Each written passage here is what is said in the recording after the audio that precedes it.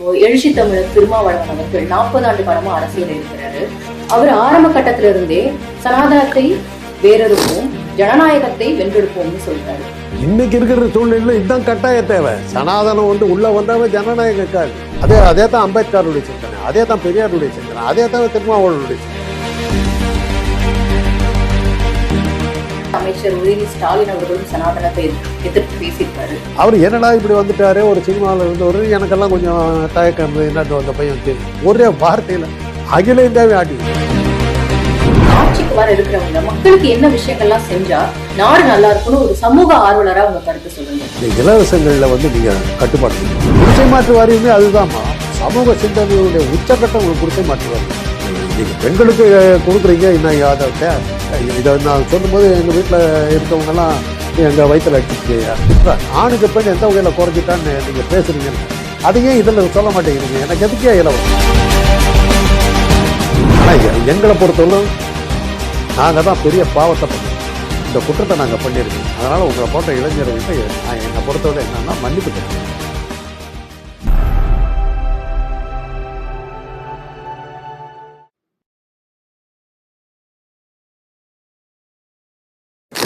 எழுச்சி தமிழர் திருமாவளவன் அவர்கள் 40 ஆண்டு காலமா அரசியல் இருக்கிறாரு. அவர் டாக்டர் அம்பேத்கர், தந்தை பெரியார் அவருடைய கருத்தை தான் பின்பற்றிட்டு இருக்கிறாரு. அவர் ஆரம்ப கட்டத்தில இருந்தே சனாதனத்தை வேறெடுப்போம், ஜனநாயகத்தை வென்றெடுப்போம்னு சொல்றாரு. இப்போ பிஜேபி தீவிரமா இருக்கிற காலத்துல அது சாத்தியமா?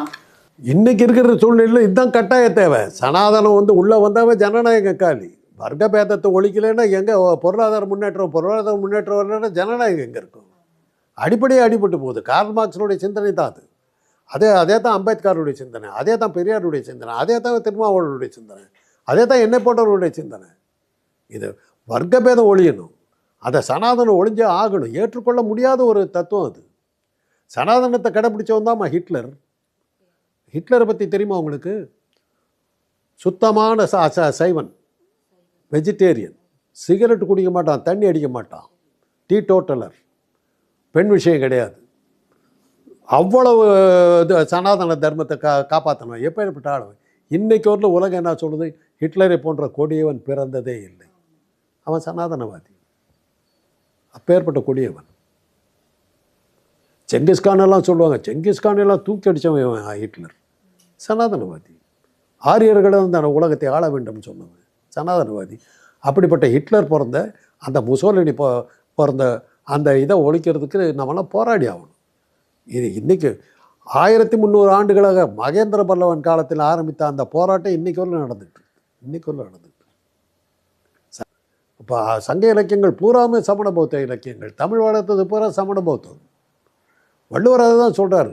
அகர முதல எழுத்தெல்லாம் ஆதி பகவன் முதல். ஆதிங்கிறது முதல் தீர்த்தங்கிறார், பகவன்கிறது இன்னொரு தீர்த்தங்கிறார். இவங்க 2 பேரும் உருவாக்கினதாண்டா இந்த மொழிங்கிறார், இந்த இனங்கிறார். இதெல்லாம் இருக்குது. அதனால் இன்றைக்கி அந்த சனாதனத்தை ஒழித்தால்தான் ஜனநாயகம் வருங்கிறது கார்ல் மார்க்ஸனுடைய இன்னொரு வகையான விளக்கம். இப்போ சமீபத்தில் கூட அமைச்சர் உதயநிதி ஸ்டாலின் அவர்களும் சனாதனத்தை எதிர்த்து பேசியிருக்காரு. அதை பற்றி உங்களுடைய கருத்து? அதாவது வாரிசு அரசியலுங்கிறாங்க. அது ஏற்றுக்கிறோமோ இல்லையோ. இன்றைக்கி குயின் எலிசபெத்தினுடைய மகன் சார்ல்ஸ் தான் இலவசம். அங்கே மன்னராக இருக்கிறாரு. அங்கே வாரிசு அது மாதிரி மன்னராட்சியை கொண்டு வர பார்க்குறீங்களாங்க. உதயநிதியை நம்ம எதுக்கிறதுல அர்த்தமே இல்லை. ஸ்டாலின் ஆகட்டும், உதயநிதி ஆகட்டும் வாரிசுகள் தான், இல்லைன்னு சொல்லலை. எப்படி வந்தாங்க? ஸ்டாலின் பள்ளிக்கூடத்தில் இருந்தே கட்சியில் இருந்தார். பல முறை பள்ளிக்கூடத்தில் இருக்கும்போது ஜெயிலுக்கு போயிட்டார். மிசா கைதியாக 1 வருஷம் இருந்தார். அந்த நேரத்தில் அந்த சிறை துறையில் ஒரு விசிட்டிங் டாக்டராக இருந்த முறையில் அவருக்கு நான் பல்வேறு மருத்துவமெல்லாம் நான் பார்த்துருக்கேன். அவருக்கு சிறையில் எம்ஆர் ராதா போன்றவர்களும் அந்த இடத்துல தான் எனக்கு நெருக்கமாக வந்தவங்க. அப்படி 1 வருஷம் ஜெயிலில் இருந்தவர். அதுக்கப்புறம் பல முறை ஜெயலலிதா ஆட்சியில் ஜெயிலுக்கு போயிருக்காரு. துரத்தி பிடிச்சிருக்காங்க, போயிருக்கிறாரு. அதுக்கப்புறம் எலெக்ஷனில் நின்று தான் மக்கள் மத்தியில் நின்னார். நான் வந்திருக்கேன், என்னை ஏற்றுக்கிறீங்களா? ஏற்றுக்கிட்டாங்க. அப்படி தான் வந்தார். அதே மாதிரி தான் என் மகன் உதயநிதி அரசியல் ஆர்வம் காட்டுறா. என்ன சொல்கிறீங்கன்னாரு. நிறுத்தினார். வெற்றி பெற்றார். வெற்றி பெற்றவருக்கும் மந்திரி பதவி கொடுக்குறாரு. அவர் என்னடா இப்படி வந்துட்டாரே, ஒரு சினிமாவில் இருந்தவர், எனக்கெல்லாம் கொஞ்சம் தயக்கம் இருந்தது, என்ன இந்த பையன் ஒரே ஒரு வார்த்தை தான் சொன்னார், சனாதனத்தை ஒழிப்போம்னாரு. அவர் தலைக்கு விலை வைக்கிறதுக்கு ஒரு பெரிய சாமியார் உத்தரப்பிரதேசம் துடிக்கிறான், அவன் தலையை வெட்டி எடுப்பேன். ஒரே நாளில் எப்படி பராசக்தியில் ஒரே நாளில் கலைஞரும் சிவாஜியும் அகில இந்தியாவுக்கு புகழ் அடைஞ்சாங்களோ அதே மாதிரி ஒரே வார்த்தையில் அகில இந்தியாவையும் ஆட்டி வச்சிட்டாரு. அப்பனை விட பெருசாக வர்ற மாதிரி உதயநிதி இல்லை. அதுக்கு காரணம் அவர் எடுத்த இது சனாதனை டச் பண்ணார். உலக புகழ் சனாதனத்தை டச் பண்ண யாருக்குமே கிடைக்கும். அந்த வகையில் பார்க்கும்போது உதயநிதிக்கு அவருடைய பேச்சு நம்ம வந்து குட்டி என்ன தாய் 8 அடி பாய்ஞ்சாங்க குட்டி 16 அடி பாயுங்கிறத அவர் ப்ரூவ் பண்ணிட்டார். இப்போ நீங்க கடந்த சட்டமன்ற தேர்தலுக்கு முன்னாடி எழுச்சி தமிழர் திருமாவளவன் தலைமையில் மாநாடு நடந்துச்சு திருச்சியில. அப்போ பார்த்தீங்க அப்படின்னா எதிர்கட்சி தலைவராக தளபதி ஸ்டாலின் வந்தார். அப்போது ஜெயலலிதா அம்மாவோட 10 ஆண்டு காலம் ஆட்சி நடந்துட்டு இருந்துச்சு. அந்த மாநாட்டை அவங்க அட்டன் பண்ணதுக்கு அப்புறமா ஜெயலலிதாவோட 10 ஆண்டு ஆட்சி காலம் நிறைவடைந்து ஸ்டாலின் முதல்வர் ஆயிட்டார். அதே மாதிரி இப்போ ஒரு மாநாடு நடக்க இருக்கு. அதுக்கு இந்தியா கூட்டணி சேர்ந்த அனைத்து காங்கிரஸ் தலைவர்களும் வரதா இருக்காங்க. அதே மாதிரி 10 ஆண்டு கால பிஜேபி ஆட்சி ஒழிஞ்சு காங்கிரஸ் ஆட்சிக்கு வருமா? இந்த கேள்விக்கு ஒரு பதில் இருக்குது. அதாவது என்னுடைய கேள்வி ஒன்று இருக்குது. எலெக்ஷன் நேர்மையாக நடக்குமா?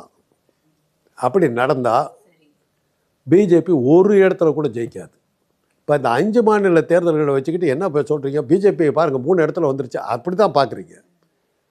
5 மாநில தேர்தல்கள்லையும் வாங்கின ஓட்டு என்னன்னு பார்த்தா பிஜேபியை விட காங்கிரஸ் 11 லட்சம் வாக்குகள் அதிகமாக வாங்கியிருக்கு.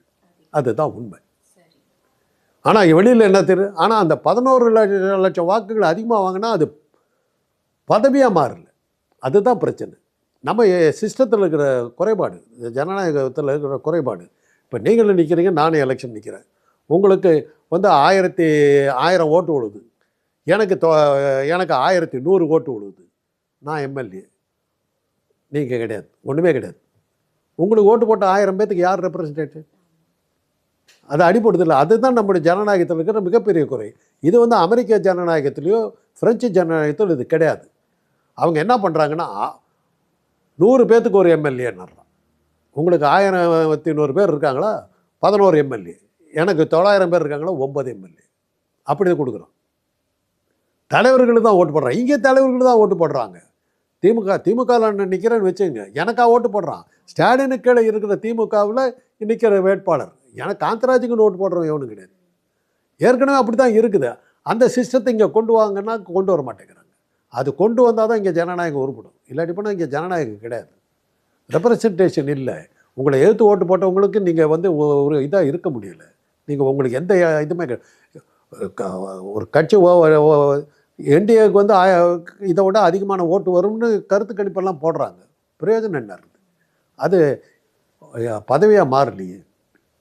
11 லட்சம் வாக்குகள் அதிகமாக வாங்கியும் ஆட்சி பீடத்தில் யார் அமர்ந்திருக்காங்கன்னா பாஜக தான் அமர்ந்திருக்கு. அந்த பலகீனத்தை போக்கணும். ராகுல் காந்தியினுடைய நடைப்பயணத்தில் நீங்கள் பார்த்தீங்கன்னா நல்லா தெரியுது, எழுச்சிமிக்க பயணம். இங்கேருந்து கன்னியாகுமரியிலேருந்து காஷ்மீர் வரை போனார். போகிற வர்ற இடத்துலலாம் ஜனங்க ஓடியாந்து கூட செல்ஃபி எடுக்கிறது, இளைஞர்கள்லேருந்து கிழவர்கள்லேருந்து அத்தனை பேர் செல்ஃபி எடுக்கிறது அந்த அளவு இருக்குது. மோடி அதே சமயத்தில் பெங்களூருக்கு வந்தார். இவராக போய் நின்று ஃபோட்டோ எடுத்துக்கிட்டார். அதுலேயே வித்தியாசம் தெரிஞ்சு போச்சு. கர்நாடகாவில் காலியாக போகிறாங்க. ஆனால் நம்ம என்ன நினச்சோம், தேர்தல் ஆணையம் ஏதோ பண்ணிவிடும் அப்படின்னு நினச்சோம். தேர்தல் ஆணையம் காலை வரை விட்டாங்க. அதில் தான் இன்றைக்கி பிஜேபி பயந்துகிட்டு இருக்குது. தேர்தல் ஆணையம் ஒருவேளை நேர்மையாக நடந்தால் நம்ம கதி என்ன ஆகும்? ஆக இன்றைக்கி இருக்கிற அரசியல் கட்சிகளுக்கு, நான் அரசியல் கட்சியில் இல்லாத ஒரு பொதுமக்கள்ங்கிற முறையில் என்னுடைய இது என்னென்னா, நீங்கள் மற்றவங்கள பார்க்குறத விட தேர்தல் ஆணையர்களாக இருக்கவங்கள கவனிங்க. ஈரோட்டில் தான் நடந்தது. 1 மணி நேரம் முன்னணி இதே வரல. நான் இப்போ ஒரு சேட்டலைட் டிவியில் தேர்தல் விமர்சனம் பண்ணிக்கிட்டு இருக்கேன். 9:30 மணிலேருந்து 10:30 மணி வரலும் செய்திகளே வர மாட்டேங்குது. நான் கேட்குறேன் என்ன ஆச்சுன்னு கேட்குறேன். அந்த நேரத்தில் பார்த்தா உங்களை மாதிரி ஊடகக்காரர்கள்லாம் போய் என்னடா நடக்குதுன்னு பிடிச்சிட்டாங்க, பயந்துட்டாங்க. அதனுடைய விளைவு தான் தேர்தல் ஆணையம் நேர்மையாக நடந்ததனுடைய விளைவு தான் இளங்கோவன் 70,000 வாக்கு வித்தியாசத்தில் ஜெயித்தார். வாங்கின வாக்கு இல்லை, வித்தியாசமே 70,000 வாக்குகள்.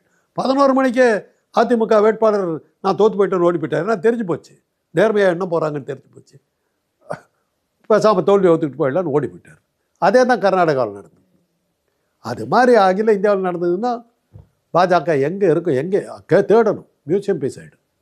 இப்போ இங்க நல்லாட்சி நடக்கணும்னா ஆட்சிக்கு வர இருக்கிறவங்க மக்களுக்கு என்ன விஷயங்கள்லாம் செஞ்சா நாடு நல்லா இருக்கும்னு ஒரு சமூக ஆர்வலராக உங்க கருத்து சொல்லுங்க. என்னை பொறுத்தவரையிலும் நீங்கள் ஏற்றுக்கிறீங்களோ இல்லையோ, இந்த இலவசங்களில் வந்து நீங்கள் கட்டுப்பாடு வைக்கணுங்கிறது என்னுடைய அபிப்பிராயம். சரி. எத்தனை நாளைக்கு தான் நீங்கள் இலவசத்தில் வச்சுக்கிட்டு இருக்கிறதா இருக்கீங்க? உழைச்சாதான் சோறுங்கிறது இருக்கணும், அது கொடுக்கணும். இப்போது நீதி கட்சியும் சரி, காமராஜரும் சரி, அந்த சத்துணவு போட்டாங்க. சத்துணவு யாருக்கு போட்டாங்க? பள்ளிக்கூடத்துக்கு வரணும். அவன் படிச்சுட்டான்னு வச்சுங்க, படித்த உடனே அவனுக்கு என்ன வரணும்? நம்ம படிச்சிருக்கோம், நம்ம இந்த மாதிரி ஏதோ ஒரு வேலை பார்க்கணும். குடிசை மாற்று வாரியமே அதுதான்மா. சமூக சிந்தனையுடைய உச்சக்கட்டம் குடிசை மாற்று வாரியம். இவன் குடிசையிலையும் அதில் இருந்துக்கிட்டு தான் காலை கட்டணம் முடிக்கிறதுக்கெல்லாம் ஆத்தோறது இப்படியெல்லாம் போயிட்டு இருந்துட்டான். அவனுக்கு ஒரு வீடை கட்டி கொடுத்து, அவனுக்கு ஒரு பாத்ரூம்லாம் கட்டி கொடுத்த உடனே வீட்டை சுத்தமாக வச்சுக்கணும்னு நினச்சான். சுத்தமாக வச்சுக்கணும்னு நினச்சாக்கா நமக்கு சம்பாத்தியம் வேணும். சம்பாத்தியம் வேணும்னா நமக்கு ஒரு வேலை வேணும். வேலை வேணும்னாக்கா உழைக்கணும். உழைச்சா உற்பத்தி, உற்பத்தி வந்தால் பொருளாதாரம். ஒரு குடிசை மாற்று வாரியம், இவ்வளவு சேஞ்சஸ். இந்த எம்ஜிஆர் வந்து அதை ஒழிச்சு கட்டிவிட்டார்ல. பள்ளிக்கூடத்துக்கு வரல, என்னால் சோறு தின்றாங்க, சோறு போட்டு தான் ஒழிச்சு விட்டார். அது பெரிய சமூக இந்த இலவசங்களையெல்லாம் நீங்கள் குறைக்கணும். இன்றைக்கி பெண்களுக்கு கொடுக்குறீங்க. இன்னும் அதை இதை நான் சொல்லும்போது எங்கள் வீட்டில் இருக்கவங்கெல்லாம் எங்கள் வயிற்றில் அடிச்சுக்கிட்டேயான்றாங்க, திட்டுறாங்க.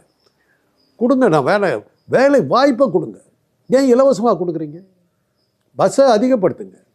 அவங்களுக்குன்னு ஒரு உலகத்திலேயே பெண்களுக்குன்னு தனியாக பஸ் விடுற ஒரே நாடு தமிழ்நாடு. தெரியுமா உங்களுக்கு? திருப்பதியில் கூட கிடையாது. எங்கேயுமே பெண்களுக்கு தனி கியூ கிடையாது, தனி இடம் கிடையாது. பொதுவாக நீங்கள் வந்து எங்களோட என்ன சொல்கிறீங்க? ஆணுக்கு பெண் எந்த வகையில் குறைஞ்சிட்டான்னு நீங்கள் பேசுகிறீங்கல்ல, அதையே இதில் சொல்ல மாட்டேங்கிறீங்க. எனக்கு எதுக்கே இலவசம்? எந்த வகையில் நான் குறைஞ்சி போயிட்டேன்? எனக்கு என்னத்துக்கு பெண்களுக்கு இலவசம் கொடுத்து இது பண்ணுறேன்? நான் காசு கொடுத்து வருவேன் அப்படின்னு சொல்கிறது இது வரலையே. அதுக்கு என்ன காரணம்னா, உங்களை அந்த மாதிரி பழக்கிட்டோம். ஒரு ஹேர் ஆயில் வாங்கினா ஒரு சீப்பு இலவசம், அந்த ஹேர் ஆயில் தான் வாங்குவீங்க. இப்படி இலவசத்துக்கு உங்களை பழக்கிட்டோம். அது உலக முறையாக இருக்கிற விஷயம். அதை இந்த இலவசங்களை கொஞ்சம் குறைக்கணும். முன்னேற்ற திட்டங்களை போடணும். முன்னேற்ற திட்டங்கள்னால் நம்முடைய பொருளாதாரத்தை பார்க்கணும். நேரு பண்ண பெரிய ஒரு தவறு என்னன்னாக்கா, 5 ஆண்டு திட்டம் போட்டார், அது கரெக்டு.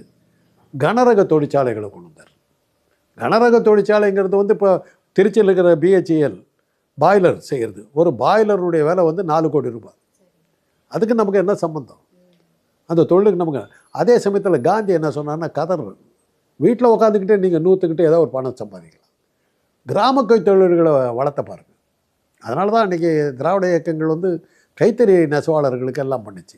இன்றைக்கி கைத்தறியெல்லாம் பேசிக்கிட்டு இருக்கிறதுல அர்த்தம் இல்லை, மாறிட்டு வர்ற காலம். இன்றைக்கி அதுக்கு தகுந்த மாதிரி மக்களுடைய தேவைகளுக்கு மக்கள் மனித சக்தியை பயன்படுத்தணும். சைனா அது தானே பண்ணுறான், மனித சக்தியை பயன்படுத்துகிறான். அவனுக்கு நம்ம மக்கள் தொகைங்கிறது ஒரு பெரிய பிரச்சனை. அவன் எப்படி இன்றைக்கி வல்லரசாக நின்றுக்கிட்டு அமெரிக்காவை தண்ணி காட்டுறான்? எப்படி முடிஞ்சது? மக்கள் சக்தியை பயன்படுத்தினான். நீ மக்கள் சக்தியை பயன்படுத்த மாட்டேங்கிற, அப்படியே வீணாக்கிட்ட. அதை பாரு. இப்போ தான் ஒரு வழியாக 60% இருக்கிற பெண்களுக்கு சம உரிமை கொடுத்து அவங்களெல்லாம் வேலை வாங்க வைக்கிறோம். இல்லாட்டி போனால் பெண்களுடைய மனித சக்தியை அப்படியே வீணாக போச்சு. இல்லை, பிள்ளை பார்க்குற எந்திரமாக தானே வச்சுருந்தோம். இன்றைக்கி தானே அதை கொடுத்த. இதெல்லாம் இந்த மாற்றங்களெல்லாம் பார்த்துக்கிட்டு நம்ம அதுக்கு தகுந்த மாதிரி வரணும். இன்றைக்கி சந்திரனில் வந்து தெற்கு பகுதியில் வந்து ராக்கெட்டை இறக்குற அளவுக்கு நம்ம வந்திருக்கிறோம். அந்த சந்திரனில் போய் எப்படிடா குடி இருக்கிறதுங்கிறத பார்க்கணும். அதுக்கு அடுத்த ஸ்டெப்புக்கு போகணும். அந்த சந்திரனில் குடியிருக்க முடியும்னாக்கா அதே போல் ஒரு சூழ்நிலை இருக்கிற இந்த பூமியில் அதை ஏன் மாற்ற முடியாதுங்கிறத பார்க்கணும். இதெல்லாம் முற்போக்கு சிந்தனைகள், காலத்துக்கு தகுந்த மாதிரி. இன்றைக்கி சினிமா இல்லை, சினிமாவுக்கு பதிலாக எவ்வளோ டெக்னாலஜி வந்து. ஒரு செல்ஃபோன் நம்ம வாழ்க்கையை எப்படி மாற்றிடுச்சு. முதல்லாம் ரிஸ்ட் வாட்ச் கட்டலைன்னா மறந்துடக்கூடாது, பத்திரமா வாட்ச் கட்டுவோம். இன்றைக்கி எது எடுத்துக்கிறோம், சட்டை பேண்ட் போடுறோமோ இல்லையோ, செல்ஃபோன் எடுத்து முதல்ல வச்சுக்கிறோம். அந்த அளவுக்கு நம்முடைய வாழ்க்கையை மாற்றிடுச்சு. இன்றைக்கி நீங்கள் இப்படி உட்காந்து பேசிக்கிட்டீங்க, நான் இப்படி உட்காந்துக்கிட்டு இருக்கேன், 2 பேரும் பக்கத்தில் இருந்துக்கிட்டு உங்களுக்கு செல்ஃபோன் மூலமாக கான்டாக்ட் பண்ணுறேன். அந்த அளவுக்கு அது வந்துடுது. ஸோ டெக்னாலஜி வளர்ந்துக்கிட்டே போகுது. அதுக்கு தகுந்த மாதிரி நம்மளை மாற்றிக்கணும், அதுக்கு தகுந்த மாதிரி போயிட்டுருக்கணும், அதுக்கு தகுந்த மாதிரி பொருளாதாரத்தை நீங்கள் திங்க் பண்ணணும். அதெல்லாம் பார்க்கணும். இதெல்லாம் அந்திம காலத்தில் இருக்கிற மறைய போகிற சூரியன் நான். ஆனால் எங்களை பொறுத்தவரைக்கும் நாங்கள் தான் பெரிய பாவத்தை பண்ணுவோம்.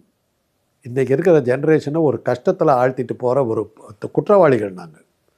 உங்களை பிஜேபி கிட்ட மாட்டி விட்டோம், சனாதனத்துக்கிட்ட மாட்டி விட்டோம். இந்த குற்றத்தை நாங்கள் பண்ணியிருக்கோம். அதனால் உங்களை போன்ற இளைஞர்கிட்ட என்னை பொறுத்தவரை என்னென்னா மன்னிப்பு கேட்டுக்கிறேன். உங்களை இந்த சிக்கலில் மாட்டி விட்டது நாங்கள் தான். அதுக்கு எங்களை மன்னிச்சிருங்கிறது தான் நாங்கள் செய்யக்கூடிய பிராயச்சித்தம். நம்முடைய பாடத்திட்டங்கள்லையோ கல்வி முறைகள்லையோ என்ன மாதிரி மாற்றம் கொண்டு வந்தால் நல்லா இருக்கும்னு நினைக்கிறீங்க?